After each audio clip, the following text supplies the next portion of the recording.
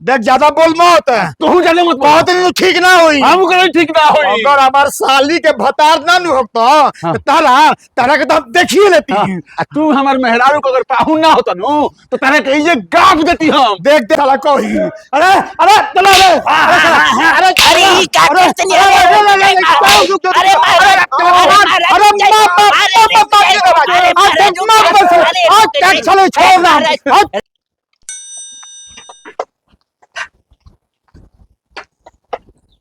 बस आज तो ससुरारी में एकदम जम के चूड़ा दही के मजा उड़ावे के बा। हाँ अब बाची तो सबरहू फरिया देवे के बा। चल भाई ससुरारी जिंदाबाद। बस बस बस बस एकदम आरामे से चले के काम बा। बस या गांव के रास्ता कबहू ना सुधरी। चल भाई अब भाई पार कर जाई तो बस ससुरारी अब नजदीके बा। हाँ आई गांव के ठंडा ठंडा हवा तो और एकदम भूख बढ़ा देले बा। बस चल के अब एकदम ले सरहद के हाथ के एकदम खींच लेवे के बा। चल भाई हाँ हाँ हाँ ओहो हाँ एकदम हाँ हाँ संक्रांत के दिन बढ़िया बना दे रे बा। ना तो शीतलहरी जान ले ली थे।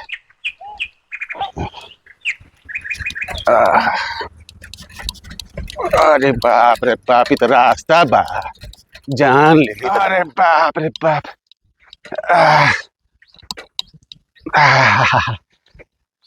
लागो तक यो नजदीक आइए गई बनी। चश्मा पहन ली।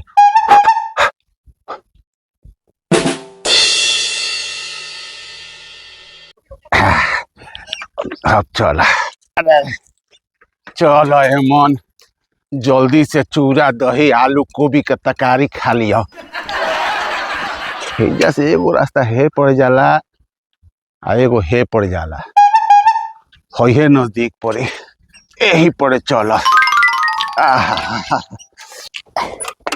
अरे बाप रे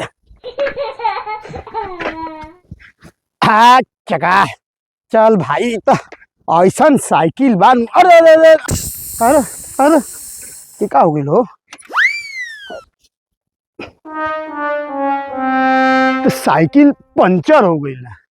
जब कहीं आवो जा तो साइकिल पंचरे हो जाला। काज ने कैसन साइकिल लोग दहेज में दिले बा।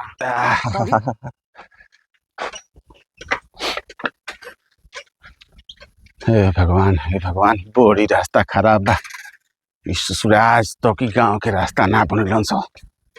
अरे बाप रे बाप बाकी आज चूड़ा दही तो एकदम मार के खचकाइए दे। बस बस बस बस पहुँचे ही वाला बानी। चल भाई साइकिल बहुत तबाह कैले। ये इतना दुआरी पे घूरा का है रखल बा जैसा बाल वाल झाड़ ली। बड़ा पानी पाला रहे पता न है जड़े पल्ला में है सकरात कहाँ से आ जाला कि नहाए के पड़ेला। चलो पूजा तो हो गई अब तनी पेट पूजा हो जाए। जल्दी से दही चूड़ा मिल जाओ मिजाज बम बम करी। हाँ, लावा लोग हो। बस चौपही वाला बानी। चौपे वाला का बानी चौप गईल बानी।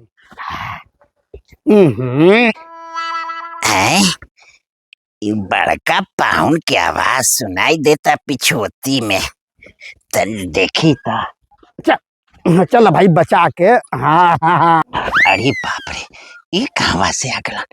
अरे रहे ना लोग बाद में खाइम।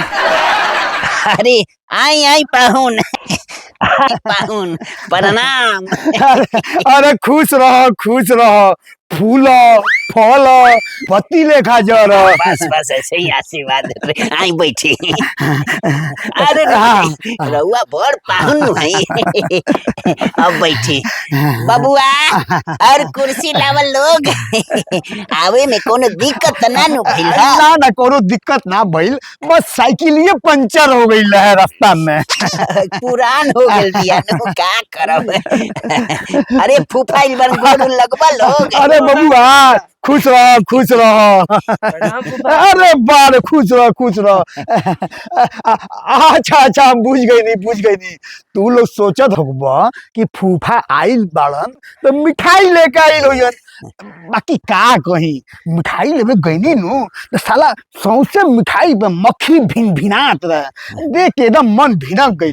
अब बोली ऐसा मिठाई ला के हम लइकन लोग के अराउट तबियत खराब कराई, यही से ना लेनी हम। सही को कंजर मरल होया सत ताहा जन्म होलोई। ताहरा के जानते नहीं की। अरे मिठाई के का जरूरत बा? अरे तू लोग के फूफा आ गेलन, उहे ढेर बा। जाओ पानी लेके आवल लोग। और बताई पाहुन। बस आज बिया भी ठीक बिया नु। एकदम सब बढ़िया बा। आज भी गाँव सनके बा, कितना मजा आ गई देख के। अरे गांव के तो बातें कुछ और बा। अच्छा ये बताई हमार सरहज ठीक बाड़ी नु? अरे एकदम। अरे छोटका पाहुन आई आई आई। प्रणाम। आई बैठी। बबुआ कुर्सी लाओ लोग। खुश रही। लाओ लोग कुर्सी लाओ लोग। बैठी पाहुन। आज तो हम धन्य हो गई नी जब बड़का पाहुन छोटका पाहुन दोनों जना आ गेलो। खुश रहो। चिन्हनी और छोट जना है बड़ जना। ओ घड़ी बड़ा छोट रहे लोग। रउआ ढेर दिन पहिनी है। हम मिठाई उठाई ना लेनी ह, काहे कि दुकान पर गईनी नु तो सोचनी है कि घरे घरी आज चूड़ा दही के दिन बा संक्रांत के। हाँ तो हाँ। घरे चूड़ा दही गुड़ आ तिलकुट के तो भंडार लागल होई, तो मिठाई तो फेंकाइए नु जाई। यही से मिठाई ना लेनी ह। इ दुनो फुफवा एकदम कंजड़े बाणे स। एगो ले में चूसो लेके नहीं खन आइल। ई तो ओकरो से बड़का कंजूस बा। चाय में माछियो गिर जाई न, ओकरो के निकाल के चूस जाई। अरे का भइल फूफा आ गेलन, उहे हमनी खातिर ढेर चीज बा। अरे अभी ले पानी ना ले लोग। बड़का फूफा कबे आइल बाने, छोटको फूफा आ गेलन। जा लोग जल्दी। गोड़ लागत नहीं साड़ू भाई। खुश रह। हम जब ससुरारी आइला नु, ई चोटा पता ना कैसे पहलो ही पहुंच रहला। तू लोग के पानी पियाई, पानी निकाल दे। तब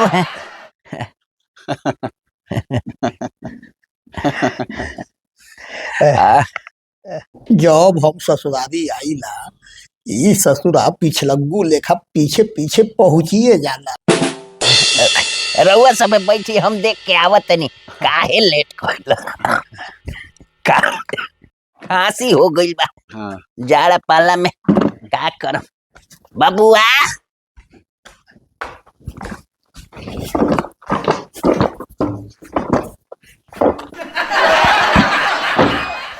साला एक नंबर के बनरा कस, एकरा के देखला के बाद जतरा बिगड़िए जाला। करिया बार कके आइल बड़न ससुरारी, अपना आप के देवानंद बुझतवन, कुत्ता कहीं के चोट्टा। छबरा कुत्ता लेखा बाल उज्जर करके ससुरारी आई बड़न। एगो हमरा के देखो, आजो देवानंद के फेल करीला। साले बाप दादा न खैलन पान, मुंह बिदोर के गई प्राण। साले चोर चुहाड़ कहीं के।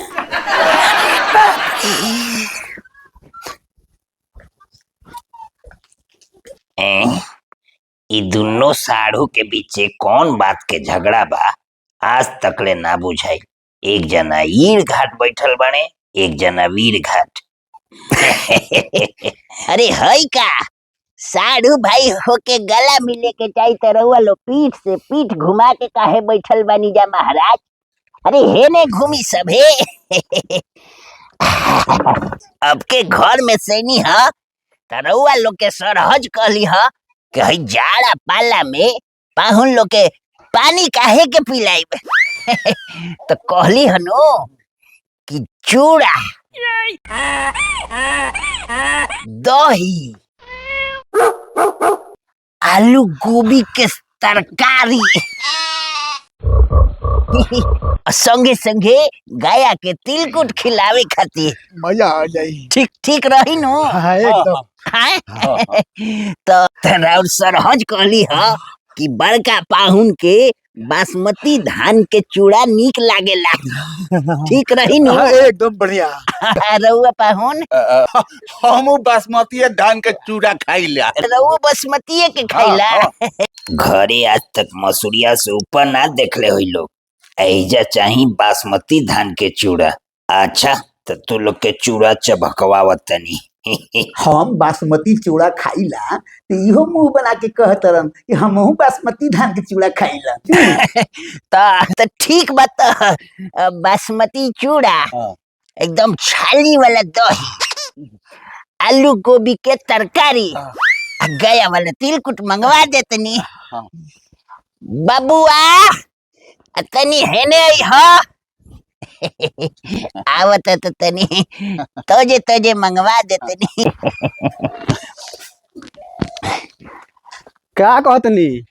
कनिया नो तनी है बीगन के दुकान पर जई ह आर ताजा ताजा बासमती चूड़ा ठीक बा और छाली वाला दही आर गया के तिलकुट ले लिहा लोग। अब बाकी आलू और गोभी के तो तरकारी घर ही बन जाई। तो सब ले पड़ी। अरे तो फूफा आइल बा लोग कितना साल बाद तू लोग के नहीं के बुझा रुकी पैसा दे के आवत नहीं। हेने आवल लो बाबू हैला हैला। हाँ बीगन के दुकान पे चल ली ह हैला 500 रुपया ओकरा के कही ह एक बासमती वाला चूड़ा और छाली वाला दही और गया के तिलकुट ठीक बा। तू चल ह तू छोटका बबुआ हैला 4000 रुपया। हो लोग मत ठीक है। पाहुन लोग खातिर कपड़ा चाही नो। पाहुन बड़का पाहुन रउआ के कौन रंग के कपड़ा चाही? अब का बुढ़ारी में रंग पूछले बानी। वैसे रउआ तो जानबे करीला कि राउत दीदी के लाल रंग बहुत पसंद बा तो लाले मंगा लेबे। बड़का पाहुन खातिर लाल रंग के ठीक बा। आ छोटका पाहुन रउआ कौन कलर के चाही? हमरा नु कुचू कुचू जोन हरियर होला उहे पसंद बा काई कलर। अच्छा काई कलर के सुन ले ले ली है याद पर के जा लोग लोग मत। साल भर के दिन बा सकरात में रहुआ लोग के खाली हाथ नहीं विदा कर सकल। हाँ आ गई।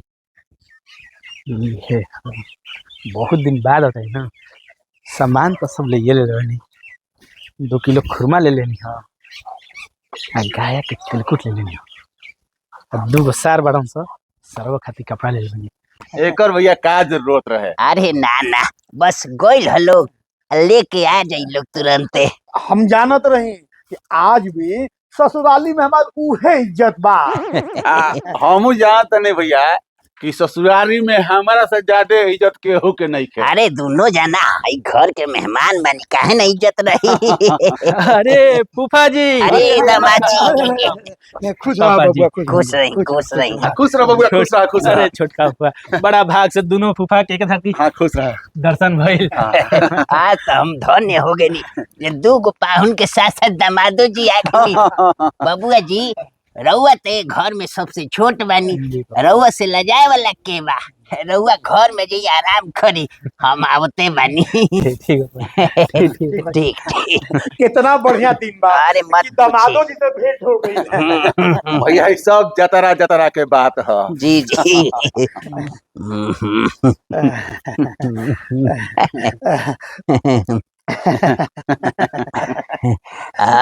ऐसन करत तनी कि रउआ लोग बैठ के बतियाई, हम तनी पाहुन के छोटका दामाद जी के देख के आवत नहीं ना तो उनका बुरा लाग जाई।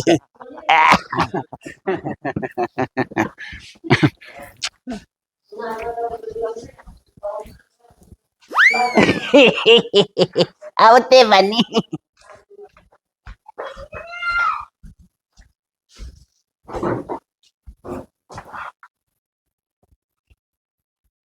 कहा जाने भोरे भोरे केकर मुंह देखनी कि ई ससुरा से भेंट हो गई, चौटा कहीं का।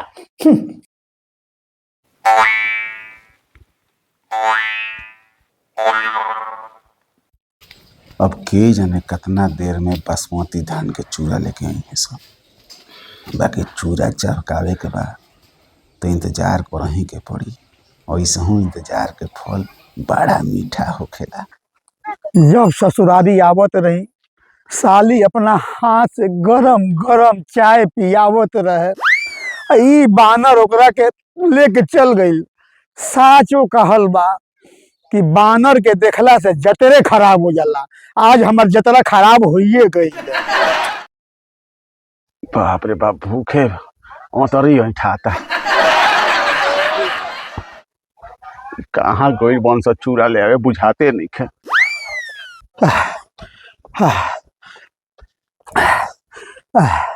आज तो हम भूख के मारे आंधर हो जाए लागता। एगो तो साला सन के हम शुगर के मरीज बानी। घर में रहती तो 5 बेर खाना खैले रहती। हैया तो सवेरे से शाम हो गई, एको बार कुछो न भेटाइल। अब तो हम बस हम बर्दाश्त नहीं के होकत। हाथ ना देर भूखे राख देलक।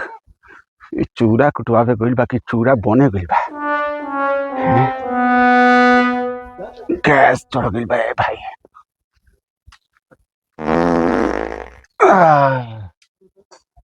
आपके तनी सा मन हल्का भइल।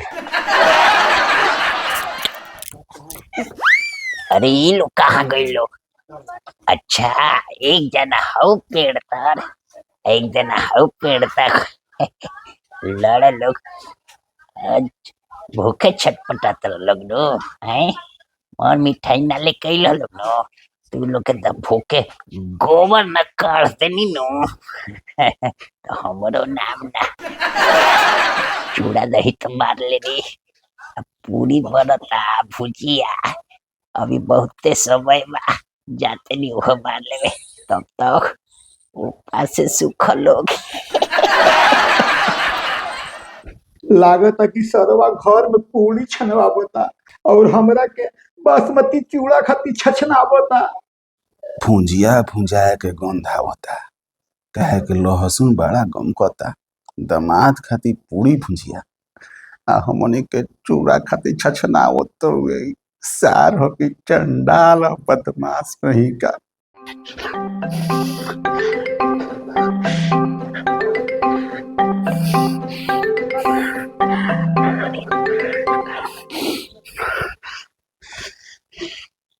साला चूड़ा लागे गई बा। चूड़ा का लाई तो साला भूखे मुआ दी हमनी के। एकदम बनरा को सही हमर साढ़। साला एकरे चलते जतरा बिगड़ल बा। ई साला हमरे के लगाता घूरता, एक दिन दशा लगाता पतराइल बा। अभी ठीक करता नहीं। आज इनका के देखा गए थे चोटा कहीं का। ई साला हमरा के कुछ बोलता का? और उठाता ही आज तो एकरा के हम देखिए लेब। चलो कुछ बोलो ताई बुदबुदाता। अभी देखो तनी सब तारा चलते होता सब तारा चलते भइल बा। कहता नहीं नो सब तारा चलते होता अरे कहता नहीं नु कि चुप रहो, बासमती चूड़ा खइयन। ना ना तू गया का तिलकुट खइयो ना ना बासमती चूड़ा चाहिए, हाँ। मुंह ना मसूर के दाल, अब बासमती चूड़ा चाहिए। आपन मुंह ना देखलो कि छाली वाला तो ही खइबो। देख ज्यादा बोल मत, तू जाने मत बहुत नहीं ठीक ना होई। हम करे ठीक ना होई। अगर हमार साली के भतार ना नु होतो तो तारा के तो हम देखिए लेती। आ तू हमार मेहरारू को अगर पाहुन ना होता नो तो तारे के ये गाप देती हम। देख देख कहत नहीं नु कि ज्यादा बोल मत। कहत नहीं तू जाने मत बोलो। देख तू ढेर बोलत रे, तू ढेर बोलतला। देख अच्छा ना होई, अच्छा ना होई। अब देख हम अब एकदम बर्दाश्त ना करो। हम बर्दाश्त नहीं करो। अरे ऐसा बोलबे खून अरे मत अपन बड़ साड़ू कैसन बोलबे तू? बड़ साणु तो बड़ साणु का होला हो। साणु साणु होला। देख हमरा तो सबर करम टूटता अब। हमरो सब टूटता। हम एकदम छोड़ब ना हम अब। तोरा के छोड़ब ना। भैया लागत है फूफा लोग बीमार भइल बा। होखे दे बड़ा की कंजर बा ओइले हस चॉकलेटो ना लेके ओइले हस हो जाए दे मार छोड़ा ओकनी के। बैठा जा हमनी के जावे ओइले चल जाए देखो। तू ना मनबो। हम देख छोड़ब ना तारा के। हमू कहली तू मान जा। अब बर्दाश्त से बाहर का बात होता। अरे बताओ। अरे साला रुक अभी। अरे साला ऐसा रामा उठावता हमरा ऊपर। हम तो एकरा कब राम जी नानो याद दिलाते नहीं नु इहो साला कही। अरे चला रे अरे ई का करते नहीं।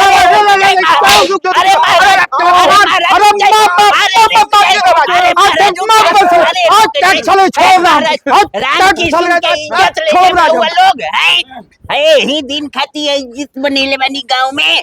बताई ऐसे लड़े जाला साड़ू साड़ू में। ना ये रंगबाई देखो कौन ना ना ये तो हम का कही हम ये आज एकरे चलते हमारी इज्जत गइल बा। आ तू आओ तो बतिया बे। अरे हम का कोई नहीं, हमारा जो हुआ लोग खाती चूड़ा दही मंगवाइले क्या बानी। दही मंगले बड़ा चूड़ा दही रखा अपना घर में। आ जाके मेहरारू के खियाओ। हाँ हमें ना चाहिए चूड़ा दही। चला सवेरे से शाम हो गई, हाँ। चला भूखे पेट कुड़कुड़ा गई। एक चूड़े दही आवता। अरे बस लेके आओते लेके हो आता लोग। बेटा के भेजाइलन चूड़ा दही ले खाती। उस सारे जाके चूड़ा कुटवाओ तो मुझे। ना ना खेत में उगावता। अरे बहुते भीड़ रहेला भीड़ रहेला। दुकान पे नो, यही चलते लेट हो गल हुई। अरे अरे राम, रखा अपन चूड़ा दही हम चलो नहीं है जैसे। अरे पाहुन का पड़वा तो ले अरे ली। कपड़वो ना चाहिए। अरे। हाँ लगा था कि 20 साल से यही कपड़ा देले बड़ा हमनी के। हाँ और ये कपड़ा दिए लाल लाल दियन हमरा के। अरे राम, अरे राम,